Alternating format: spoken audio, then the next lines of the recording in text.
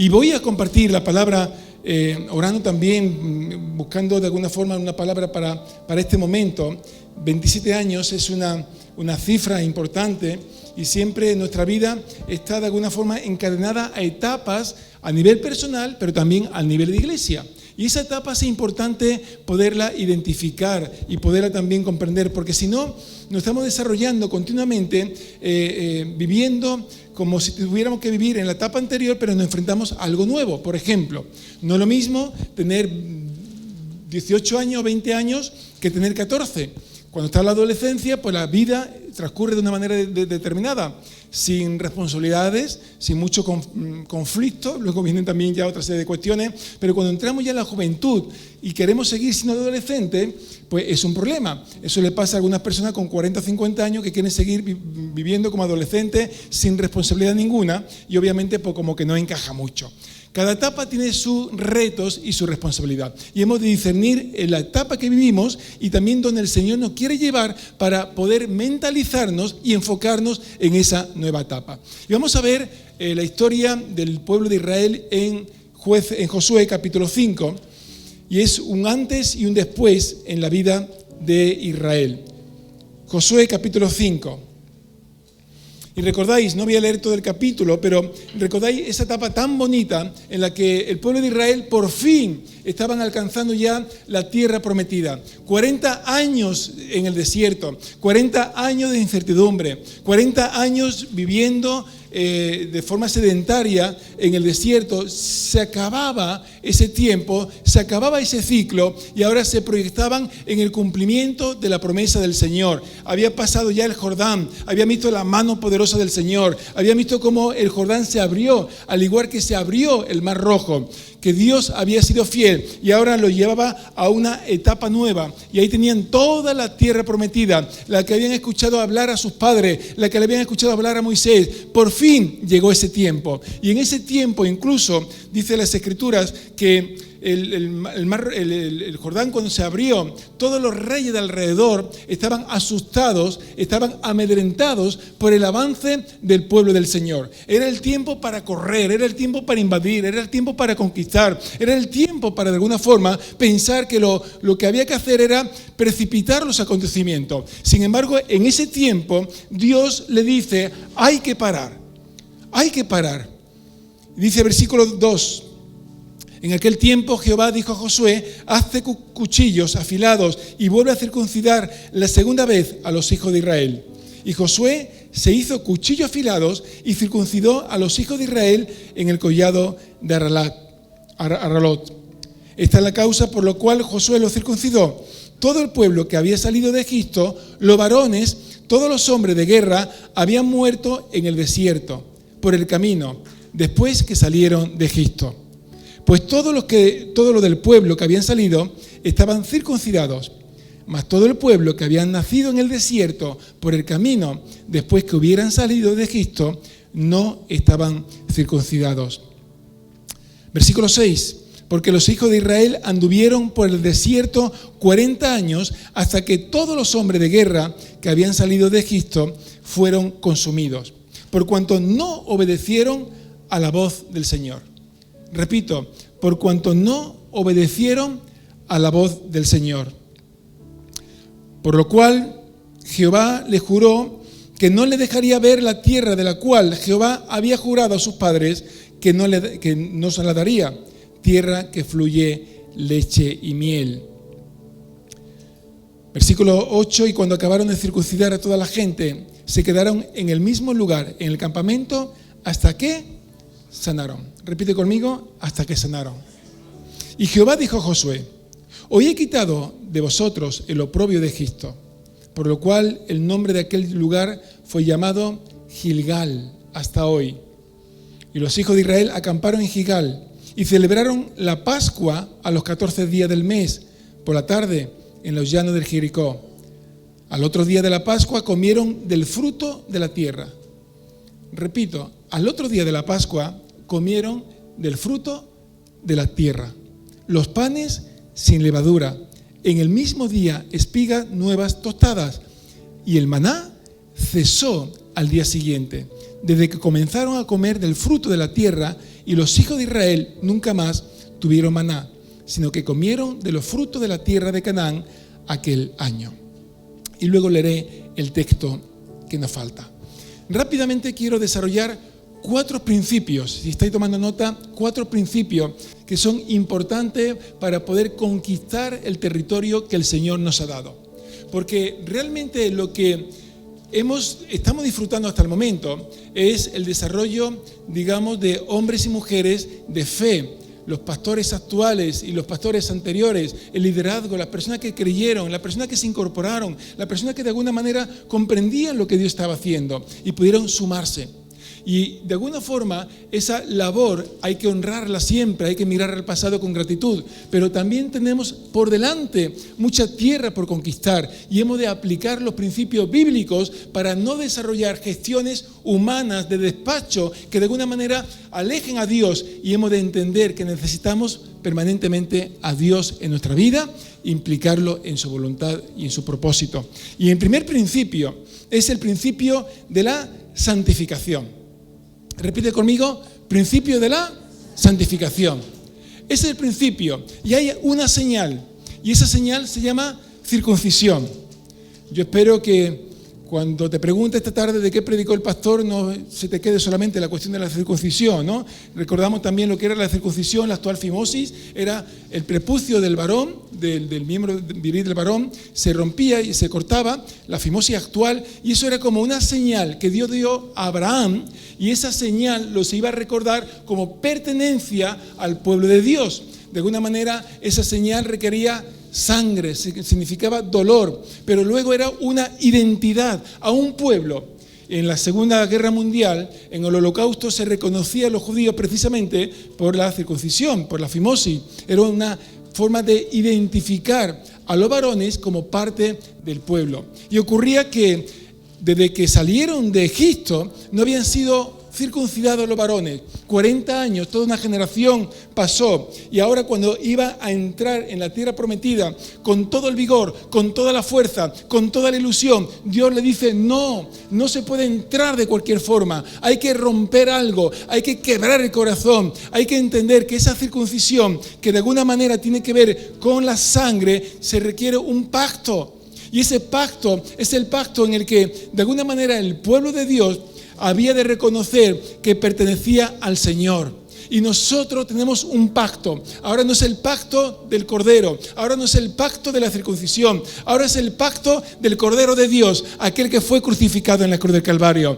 aquel que entregó su vida por nosotros, aquel que nos levantó de la muerte, aquel que venció el pecado, aquel que pisó la cabeza de la serpiente, Jesucristo de Nazaret. Somos sus hijos, somos su familia, somos el pueblo redimido por el Señor, somos al cual le pertenecemos y nos debemos continuamente.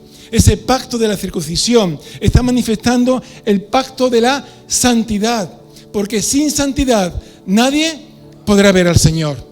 No es una cuestión de venir a la iglesia, no es una cuestión de ser evangélico, no es una cuestión de una identidad concreta, sino nuestra identidad, nuestra seña particular, lo que el mundo ha de reconocer, ha de ser precisamente que somos hombres y mujeres que vivimos de manera diferente, que somos diferentes porque el Señor nos ha hecho diferente, y no porque seamos mejores, sino porque el amor del Señor, la gracia del Señor nos ha alcanzado y nos ha levantado. Y cuando nadie daba un duro por ti, el Señor derramó su sangre en la cruz del Calvario. Y dice la palabra que por el gozo que Él tenía delante, y ese gozo se llamaba Esteban.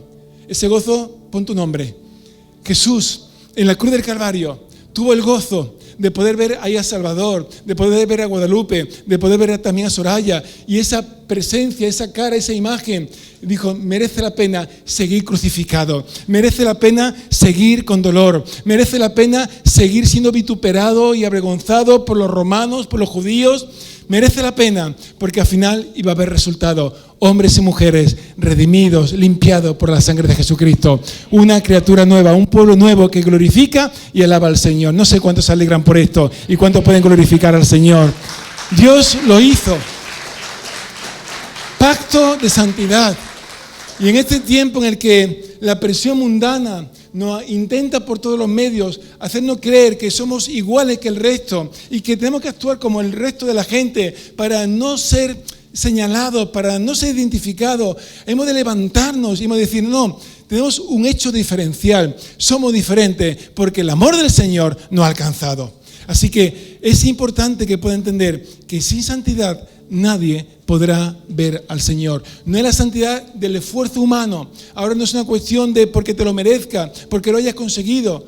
Ahora es una cuestión que sabemos que solamente dependemos del Señor. Y que si hasta aquí hemos llegado ha sido por la gracia del Señor. Y esa santidad no es el resultado de un esfuerzo personal, sino es el resultado, y atiende bien, de una relación personal. Me relaciono con Cristo y quiero ser como Cristo. Y al ser como Cristo, yo quiero agradar a Cristo, porque dice la palabra que el principio de la sabiduría es el temor a Jehová. Y si quiero tener amor a Dios y repeler lo que Dios le desagrada, pues tengo que de alguna manera entender que el pecado se convierte en el primer enemigo de mi vida y que no me quito el pecado por esa estrategia humana o por ese esfuerzo personal, por esa buena voluntad que yo quiero desarrollar.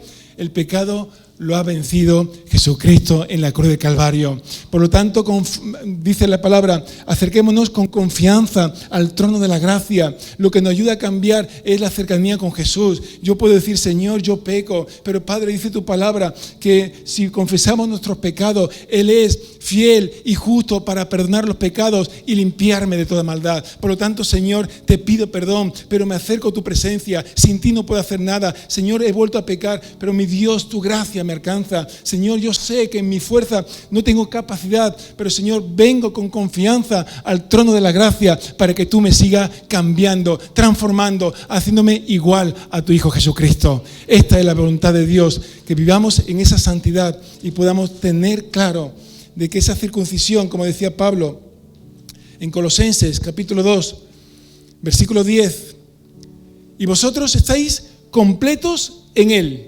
que es la cabeza de todo principado y potestad. Versículo 11. En Él también fuisteis circuncidados, no con circuncisión, no hecha a mano, al echar de vosotros el cuerpo pecaminoso carnal en la circuncisión de Cristo. Y el versículo 13. Y a vosotros, estando muertos en pecados y en la incircuncisión de vuestra carne, os dio vida juntamente con Él, perdonándoos casi todos los pecados. ¿Cuántos? Todos los pecados. No hay ningún pecado que sea más grande que el poder y la gracia de tu Dios. Es el Dios que te levanta, es el Dios que sostiene, es el Dios que ha hecho un pacto contigo y el pacto sabe que tú no lo vas a cumplir, que yo no lo puedo cumplir. Pero en Jesucristo tenemos seguridad de que somos más que vencedores por aquel que nos amó. Segundo principio, el principio de la redención, y no me voy a alargar mucho. La redención, redimir, significa conseguir la libertad de una persona sacada de la esclavitud. Antiguamente, actualmente existe todavía la esclavitud en muchos lugares del mundo. Así que si había alguien que era esclavo y yo lo quería liberar, entonces lo que tenía que hacer era pagar una cantidad determinada por su vida, y entonces eso se llamaba redimir. Yo pagaba un precio por su vida y él pasaba de ser esclavo a ser libre, o bien era esclavo mío. ¿Qué hizo el Señor con nosotros? Nos redimió. Pagó un precio. Algunos dicen, la salvación es gratuita. Sí y no. Para ti y para mí es gratuita porque no hemos tenido que pagar el precio. Pero alguien tuvo que pagar la factura tremenda de mi pecado. Dice la palabra de Dios que la paga del pecado es. Por tanto, todo pecado ha de tener consecuencia. No es el pecado de mi vida. ¿Cuántos dirían que llevan todo el día sin pecar? ¿Cuántos dirían que llevan toda la semana sin pecar? Por desgracia es parte consustancial nuestra, de nuestra carnalidad. Pero alguien pagó por ese precio, el precio por ese pecado, del presente, del pasado y del futuro. Y esto no me hace manosear la gracia, todo lo contrario. Esto es lo que hace valorar lo que Dios hizo por mi vida. La señal de la redención fue la sangre, y en este caso no la sangre de la circuncisión, sino dice la palabra que celebraron la Pascua. Desde que salieron de Egipto hasta ese momento solamente habían celebrado la Pascua 2 veces, y esta era la tercera ocasión. Mirar, Jesús no nos dijo que recordásemos su nacimiento. Dentro de poquito tenemos las Navidades. ¿A cuánto le gustan las Navidades? 2, 3, 4, 5. Algunos son frikis de las Navidades, ¿no? Y le encanta también disfrutar. ¿Cuántos son frikis de las Navidades? Ya se van levantando las manos. Mi mujer y mi hija son apasionadas de las Navidades. No sabéis, orad por mí, por favor. No sabéis lo que significa estar viendo películas navideñas desde septiembre, ¿no? Pero las Navidades hacemos, está bien, yo creo que está bien conmemorar, y más en este tiempo de una cosmovisión que se tiene en nuestro contexto alejada de Dios, pues está bien que pongamos en valor a Jesús. Pero Jesús lo que nos mandó a recordar, ¿qué fue? Su muerte. Y además de forma periódica, continuada. Es decir, nosotros aquí con lo hacéis cada una vez al mes, me imagino, como en Córdoba, de forma habitual, suele ser una vez al mes, hay iglesias que lo hacen una vez a la semana, eso da igual. No dice cada fecha, pero es importante recordar lo que Jesús hizo, porque somos tendentes a olvidar lo que Dios hizo. Y cuando tenemos ya también la gracia y vivimos también en nuestra sabiduría y vemos el poder de Dios y tenemos años de experiencia en el ministerio o en la vida espiritual, pensamos que podemos vivir sin el Señor.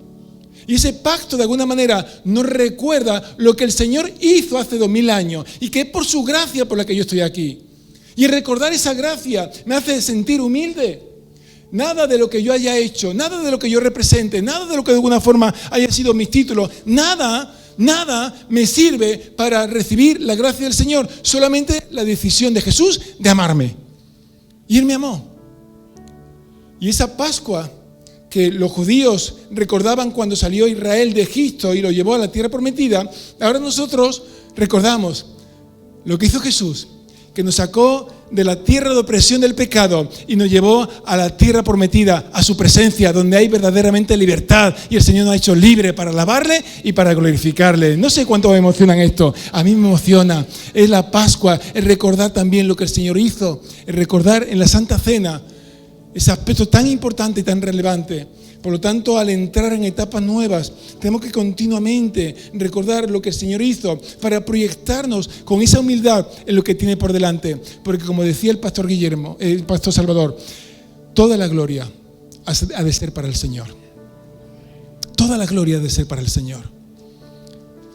Tercer principio, el principio de la fe. Y la señal de ese principio son los frutos. Durante 40 años, el pueblo de Israel se había acostumbrado a vivir del maná. ¿Te imaginas por un momento? Te levantas por la mañana, a ver, ¿qué preparo para comida? ¿Qué voy a echar a la Thermomix? Tengo que ir al Mercadona a comprar. No, 40 años que vivían tranquilamente. Se levantaban, cogían el maná, pum, a comerlo. Eso manifestaba la gracia del Señor, pero también era peligroso, porque podía hacer que ellos, ¿no habéis visto algún niño que de alguna manera tiene todo lo que pide y llega un momento en el que se siente como con el derecho de seguir teniendo todo lo que pida y ya no tiene la acción de gracia hacia los padres, hacia los abuelos, hacia las personas, por lo que recibe? Ya es como una exigencia de que yo me merezco esto. Por lo tanto, ciertas actitudes pueden provocar el efecto contrario. En vez de madurar y hacerse responsable, podemos venirnos abajo y pensar que no lo merecemos. Ahora Dios le dice, mira, este tiempo se ha acabado. Ahora tenéis que aprender a trabajar, a labrar la tierra, porque en base a ese esfuerzo se va a desarrollar el fruto. Y el fruto además requiere también que haya un tiempo de espera, de confianza. Tú siembras la semilla y automáticamente no tiene ahí el fruto. Tiene que regarlo, tiene que trabajarlo, tiene que de alguna manera abonarlo, y pasa el tiempo y tú estás con la convicción, con la confianza de que eso va a dar fruto. Así es el reino del Señor. Trabajamos también con expectación. En muchos momentos contra viento y marea. En algunos momentos como Abraham, en esperanza contra esperanza. En algunos momentos con la ingratitud de personas que de alguna manera has invertido en vidas, pero que en un momento determinado, ¡pum!, te vuelven la cara y se marchan. Y bueno, cada uno es libre, pero obviamente uno tiene que procesar todas esas situaciones a lo largo del tiempo. Estamos en un tiempo en el que estamos enfatizando la cuestión de discipulado. Muchos de vosotros algunos de vosotros estáis haciendo la enseñanza de Lidere, con el enfoque también de fortalecer el tema de discipulado y la estrategia de células. Y esta cuestión es fundamental porque al final mirar, ¿para qué el Señor te ha sanado? ¿Para qué el Señor te ha liberado? ¿Para qué el Señor te ha traído a salvación? ¿Para qué? ¿Para que venga cada domingo a la iglesia y disfrute también del tiempo de la alabanza, de las predicaciones? ¿Para qué Dios te ha sacado de muerte a vida? Para que de alguna manera seas espectador de lo que está haciendo. Dios te ha traído a esta tierra para que traigas fruto y ese fruto sea abundante. Porque lo que glorifica al Señor es el fruto. No me digas lo que eres o tu experiencia anterior. Dime el fruto que tiene. Lo que nos vindica, lo que nos respalda, lo que nos levanta es el fruto. Dios dijo, Jesús dijo, en esto será glorificado mi Padre, en que llevéis fruto y ese fruto sea abundante y que permanezca para su gloria y para su honra. Así que es el tiempo de fruto. Y esta iglesia es una iglesia fructífera. Y ahí estáis también trabajando, como decíamos anteriormente, en Priego, en Moriles, en Rute. Y hay visión también de otros muchos lugares. Y esto es importancia, porque no nos podemos conformar. Tenemos este templo lleno. Hace poco tiempo estuvimos celebrando en Córdoba también el Congreso de Comunidad de Amor Cristiano. ¿Cuántos estuvisteis aquí de Lucena y de Priego? Levantadme la mano. ¿Cuántos estuvisteis allí? Hay poquitos. Pues había un grupito de allí de Lucena. Y estaba el templo lleno a rebosar. Y uno podía decir, qué bien, ya hemos cumplido el objetivo. ¿Cómo no vamos a quedar tranquilos? ¿Cuántos habitantes hay en Córdoba, en la provincia? Cerca de 750.000 habitantes. La capital tiene 320.000 habitantes. ¿Cómo no vamos a quedar tranquilos cuando hay tanta gente que necesita conocer al Señor? Y tú puedes llegar a personas que ni el pastor Guillermo, ni la pastora Ana, ni yo, ni nadie puede llegar, solamente tú.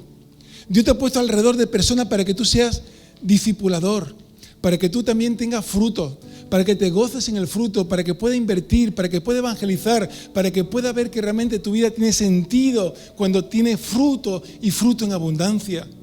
Y hay un momento en el que de alguna manera ese fruto requiere fe, porque sin fe es imposible agradar a Dios.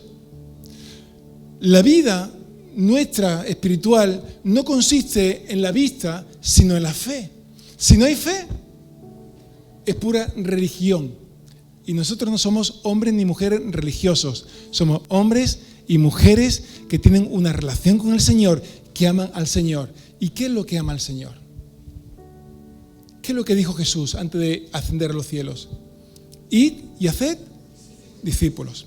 ¿A dónde? A todas las naciones. Por lo tanto, nuestra misión es hacer discípulos y hacer que realmente la palabra del Señor se pueda cumplir. Una iglesia que no está enfocada en la misión tiende a autoabastecerse, tiende a adormecerse, tiende a perder energía y en muchos momentos tiende a desaparecer. Tengo la gran oportunidad, el privilegio de parte del Señor de ver muchas iglesias en España. De nuestro contexto de Asamblea de Dios y de otros contextos. En Córdoba, Andalucía y en otros lugares. Y no todas las ciudades o todas las iglesias están en la misma situación. Hay iglesias en una localidad que está creciendo, que está avanzando, que está cumpliendo los objetivos, y hay otra iglesia que está languideciendo con un grupito pequeño, poquito a poco se van apartando, se van muriendo y no llega a avanzar. ¿Cuál es la diferencia? ¿Que Dios ama más a uno que a otros? No. ¿Cuál es la diferencia?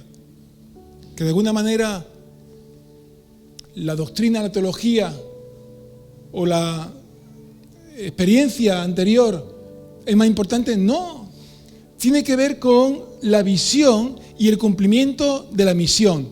Las iglesias que se enfocan en la misión de Mateo 28, 19, de ir y hacer discípulos, son iglesias que están creciendo, son iglesias que están avanzando. Y prueba de ello es Lucena. Iglesias que de alguna manera le han creído al Señor y saben que realmente el enfoque principal no está en el culto del domingo, el enfoque principal no está en los adornos o en las cuestiones que de alguna manera acompañan los locales.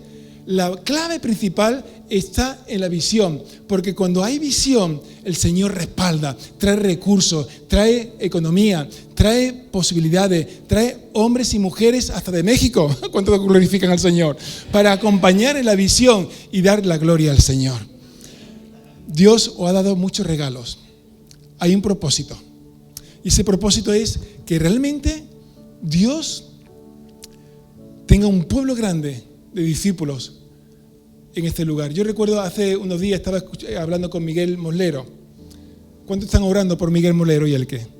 Los misioneros en Grecia, que esta iglesia también está apoyando. Y me decía, Esteban dice, una hermana de la iglesia allí en Grecia oraba apasionadamente, con todo su corazón. Decía, Señor, oraba por el crecimiento de la iglesia en Grecia. Y ella decía en un momento determinado, Señor, trae dinero del extranjero para que podamos evangelizar. ¡Oh! La pasión que esta mujer tenía por el crecimiento se canalizaba de manera errónea. Porque lo que tenemos que hacer es no depender del dinero de fuera o de la gente de fuera, sino depender del Señor que está sentado en el trono. Y que Dios ama a Lucena poderosamente. ¿Cuántos dicen amén? Y que Dios ama a Moriles, y que Dios ama al Priego, y que Dios ama a Rute, y que ama a cada población de aquí, de este lugar. Y que necesitamos también enfocarnos en tener fruto y que ese fruto sea abundante y glorifique el nombre del Señor. Y en cuarto principio, ya para finalizar, es el principio de la protección divina. Quiero que vayamos otra vez al texto de Josué, capítulo 5, que se desarrolla una historia muy particular, muy especial. Josué capítulo 5, versículo 13, dice que estando Josué cerca de Jericó, alzó sus ojos y vio un varón que estaba delante de él, el cual tenía una espada desenvainada en su mano. Y Josué, yendo hacia él, le dijo, ¿eres de los nuestros o de nuestros enemigos? Él respondió, no, mas como príncipe del ejército de Jehová he venido ahora. Entonces Josué, postrándose sobre su rostro en tierra, le adoró y le dijo, ¿qué dice mi señor a su siervo? Y el príncipe del ejército de Jehová respondió a Josué, quita el calzado de tus pies, porque el lugar donde tú estás es santo. Y Josué así lo hizo. Imagínate, han pasado 40 años por el desierto, han cruzado el río Jordán, ahora han parado, se hicieron la circuncisión, renovaron el pacto y ahora está ya delante Jericó. Está a punto de invadir la primera ciudad, una ciudad que era una ciudad muy fortificada. Y ahora Josué se va en su retiro particular, en su tiempo de búsqueda del Señor, buscando estrategia, buscando la forma, buscando mecanismos. Y lo que se encuentra no es una estrategia, lo que se encuentra es a Jesucristo. Esto es una cristofonía, una aparición, una manifestación de Cristo en el Antiguo Testamento. El príncipe de los ejércitos. Josué le adora. Si fuese un ángel, el ángel no hubiera permitido adoración. Y lo que ocurre es que Josué le adora. Y aquí está la clave. Nuestra victoria no se trata de conquista, no se trata de nombre, no se trata de fama, no se trata de like en las redes sociales. Nuestra conquista se llama amar a Jesús con pasión, tener ese encuentro con el Dios Todopoderoso, el Dios que levanta la espada, el Dios que nos protege, el Dios que sabe de alguna forma tu necesidad, tu carencia, y que en este tiempo más que nunca te dice: yo estoy contigo. Y en el tiempo de mayor fragilidad es el tiempo testigo de que Jehová de los ejércitos, el Dios Todopoderoso, que levanta su espada y dice: yo estoy contigo, no te dejaré, no te faltará nada, estaré a tu lado siempre, en medio de tu mayor soledad, mi presencia te acompañará, en medio de la mayor carencia humana y personal que tú tengas, yo estaré contigo, mis promesas se cumplirán, mi palabra es sí y amén. Y esto es motivo también para darle un gloria al Señor y decirle: gracias, Señor, gracias por esa protección. Es el principio de la protección divina. Y esa protección, la señal, es la espada. Es el tiempo de entender la etapa que tenemos por delante. No solamente como iglesia, sino también como personas. Dios quiere que tú seas fructífero y fructífera. Dios quiere que tú seas un hombre y una mujer de fe.